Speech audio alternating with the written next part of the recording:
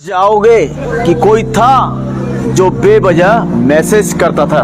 भारत के 28 राज्यों में उत्तराखंड के प्रमुख शहर हल्द्वानी न्यूज में आपका स्वागत है। खबरों की शुरुआत देश की राजधानी से कर रहे हैं, जहां यमुना नदी, सीवरेज व्यवस्था और जल आपूर्ति ये लोगों की बुनियादी समस्याएं हैं। इन समस्याओं को समझना, उनका समाधान करना हमारी टीम का कर्तव्य होगा। भाजपा विधायक सतीश उपाध्याय ने कहा। दिल्ली जल बोर्ड के उपाध्यक्ष के रूप में कार्यभार संभाला है। उन्होंने कहा कि वो यमुना नदी को साफ करने और अन्य चुनौतियों का समाधान करने के लिए मिशन मोड पर काम करेंगे। इधर दिल्ली की मुख्यमंत्री रेखा गुप्ता ने डीएम कार्यालय में नागरिक लाउंज और लर्निंग सेंटर का उद्घाटन किया। यह सुविधा युवाओं के लिए सीखने और कौशल विकास के स्थान के रूप में काम करेगी। ओ जोन में एमसीडी द्वारा तोड़फोड़ की कार्रवाई, शहर भर में अभियान जारी। एमसीडी के एक वरिष्ठ अधिकारी ने बताया कि यह कार्रवाई केवल एक नवनिर्मित निर्माणाधीन इमारतों तक ही सीमित है। गृह मंत्री अमित शाह ने कहा कि दिल्ली में झुग्गी झोपड़ी पुनर्वास की नई नीति को अंतिम रूप दे दिया गया है, जिसमें 4 लाख परिवारों को लाभ होगा। रेखा गुप्ता ने कहा, एनसीआर के 2041 के ब्लूप्रिंट में 4 नवों शहर और 3 प्रदूषण क्षेत्र शामिल हैं। एनसीआर योजना बोर्ड आरआरटीएस कॉरिडोर के किनारे स्थित 4 नए शहरों दिल्ली, हरियाणा, उत्तर प्रदेश, राजस्थान में एक को विकसित करने के लिए 5000 करोड़ रुपए का प्रोत्साहन प्रदान करेगा, ताकि क्षेत्र की बढ़ती आबादी को समायोजित किया सके। अन्य राज्यों को दिल्ली पर दबाव काम करने के लिए करना चाहिए। दिल्ली में आग लगने के बाद सीलिंग अभियान के चलते मरीजों के लिए किफायती आवास की उपलब्धता कम हो गई है।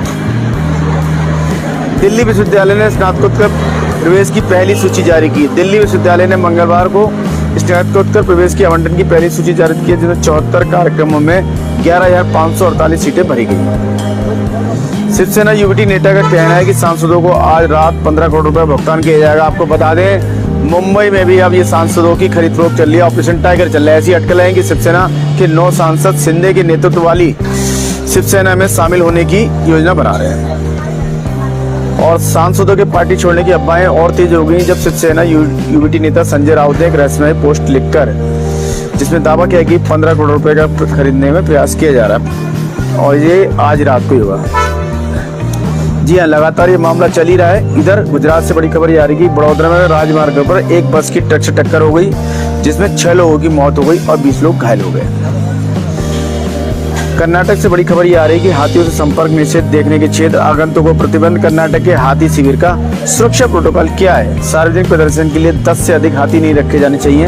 हाथियों के व्यवहार का दैनिक मूल्यांकन अनिवार्य है, ताकि कोई भी घटना इस तरह की ना घटे।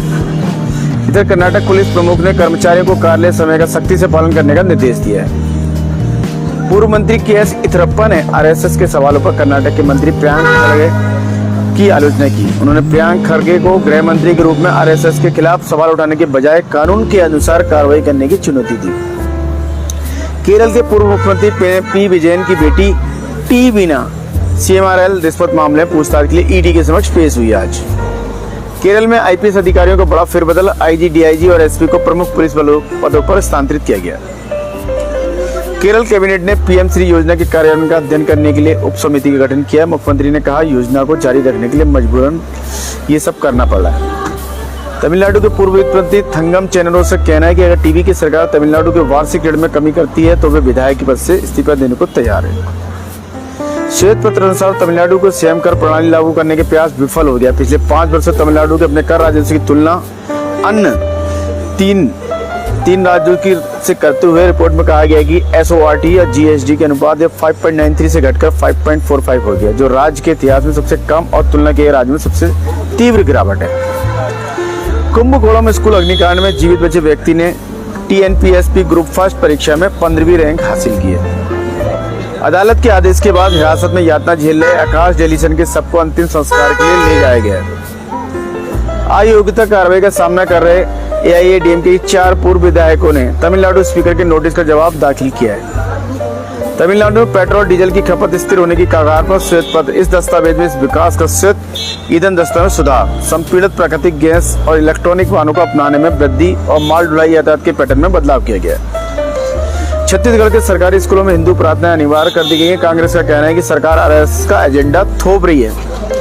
उड़ीसा के मुख्यमंत्री ने कहा, स्कूल की पाठ्य पुस्तकों में पाई गई 1668 गलतियों की जांच के आदेश दिए। सुप्रीम कोर्ट ने 80 वर्षीय दृष्टिबाधित बेटे के लिए गरिमापूर्ण जीवन सुनिश्चित करने हेतु हस्तक्षेप किया। सुप्रीम कोर्ट ने उन अखबारों की रिपोर्टों को सच संज्ञान लिया जिनमें उनके दयनीय जीवन की स्थिति को उजागर किया गया है। इधर वेस्ट बंगाल से बड़ी खबर ये आ रही है कि फाल्टा पुलिस स्टेशन पर धावा बोलने और टीएमसी के जहांगीर खान को छुड़ाने की कोशिश के आरोप में 8 लोग गिरफ्तार। मुख्यमंत्री शिवराज ने कड़ी कार्रवाई का वादा किया। टीएमसी के सौगता राय ने पार्टी नेताओं पे अंडे से हमलों को लेकर गृह मंत्री अमित शाह को पत्र लिखा है। पश्चिम बंगाल के मुख्यमंत्री ने हुगली नदी घाट पर स्वच्छता अभियान का शुभारंभ किया। नमामि गंगा पहल पर जोर दिया है। एजेंसी ने लगातार तीसरे दिन भी अभिषेक बनर्जी से पूछताछ की है। तृणमूल के राष्ट्रीय महासचिव से विधाननगर पुलिस स्टेशन में दर्ज एफआईआर के संबंध में पूछताछ की गई है, जिसमें उन पर सोशल मीडिया पोस्ट पर किए गए कुछ भाषणों को कथित तौर पर भड़काऊ का आरोप है। आंध्र प्रदेश से चीन के इंकार के बाद निर्यातकों ने आंध्र प्रदेश से मिर्च में उच्च जोखिम वाले कीटनाशकों के उपयोग पर रोक लगाने का आग्रह किया है। मध्य प्रदेश के मुख्यमंत्री मोहन यादव अनुसार यूसीसी के विधेयक जुलाई के विधानसभा सत्र में पेश किया जाएगा। राज्य सरकार द्वारा अप्रैल में गठित 6 सदस्यीय उच्च स्तरीय समिति राज्य के विभिन्न हिस्सों का दौरा करने के बाद वर्तमान में एक मसौदा विधेयक पर काम कर रही है। बिहार से बड़ी खबर आ रही है कि लालू ने राबड़ी देवी की सुरक्षा वापस लेने उन्हें छुट्टी का नोटिस देने के लिए नीतीश को जिम्मेदार ठहराया। आरजेडी प्रमुख का कहना है कि यह सब नीतीश के इशारे पे किया जा रहा है। बांग्लादेश के असम के निर्जन इलाके में अपहृत किसान को लौटा दिया। रणजीत दास 16 लोगों के साथ नो मैंस लैंड में अपनी जमीन पर काम करने गया था, तभी बांग्लादेशी नागरिक उसे अगवा करके ले गए।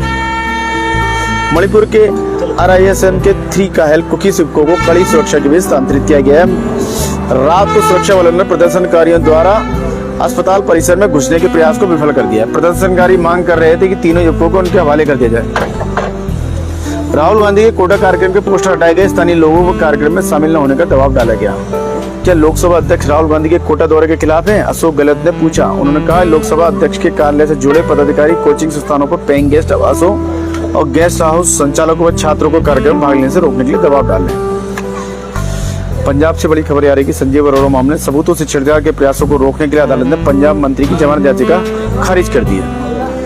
जम्मू में प्रमुख भूमि पर जेडीए की पुनः प्राप्ति के तहत 30 से अधिक ढांचों को अवैध किया गया। जम्मू विकास प्राधिकरण के उपाध्यक्ष रूपेश कुमार ने कहा कि सार्वजनिक भूमि एक सार्वजनिक धरोहर और इसे अवैध कब्जे से सुरक्षित रखा जाना चाहिए।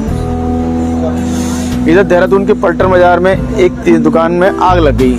इस सूचना पर पुलिस ने दमकल वाहन तुरंत पहुंचे और उन्हें राहत कर दिया।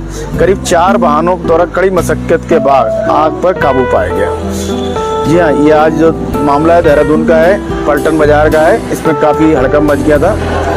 इधर आयुष विभाग की टीम द्वारा सभी के योग ब्रेक व नमस्ते ऐप डाउनलोड कराया गया तथा योग से संबंधित जानकारी दी गई तथा योग भी कराया गया। साथ ही सभी जिला स्तरीय अधिकारियों को रन फॉर योग व मुख्य कार्यक्रम योग दिवस के लिए आमंत्रित भी किया गया है। आपको बता दें 21 जून को योग दिवस रखा गया है। उत्तराखंड सरकार में कैबिनेट मंत्री राम सिंह खेड़ा ने आगामी मानसून सीजन को देखते हुए लोक निर्माण विभाग, पेयजल सिंचाई इन सभी को निर्देश दिए कि मानसून शुरू हो गया है, उससे पहले फटाफट आप लोग काम करिए, साफ निर्देश दिए गए हैं।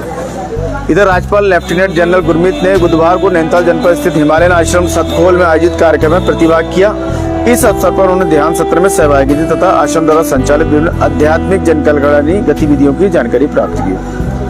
79 यूके बटालियन एनसीसी नैनीताल द्वारा घोड़ाखाल में आयोजित संयुक्त वार्षिक प्रशिक्षण प्रसिद्ध अंतर्राष्ट्रीय मैराथन धावक पूर्व सैनिक खेल प्रशिक्षक सूबेदार मेजर सुरेश चंद्र पांडे द्वारा आज तमाम अपने बातें कही गई। उन्होंने कहा कि अनुशासन बनाए रखें। इधर नगर मजिस्ट्रेट श्री AP वाजपेयी ने अवगत कराया कि कल परीक्षाएं हैं समूहगाह की और उसके लिए खास सतर्कता बरती जा रही है और 100 मीटर के दायरे में बाकायदा चेकिंग की जाएगी और टाइमिंग उसकी 12 बजे से है।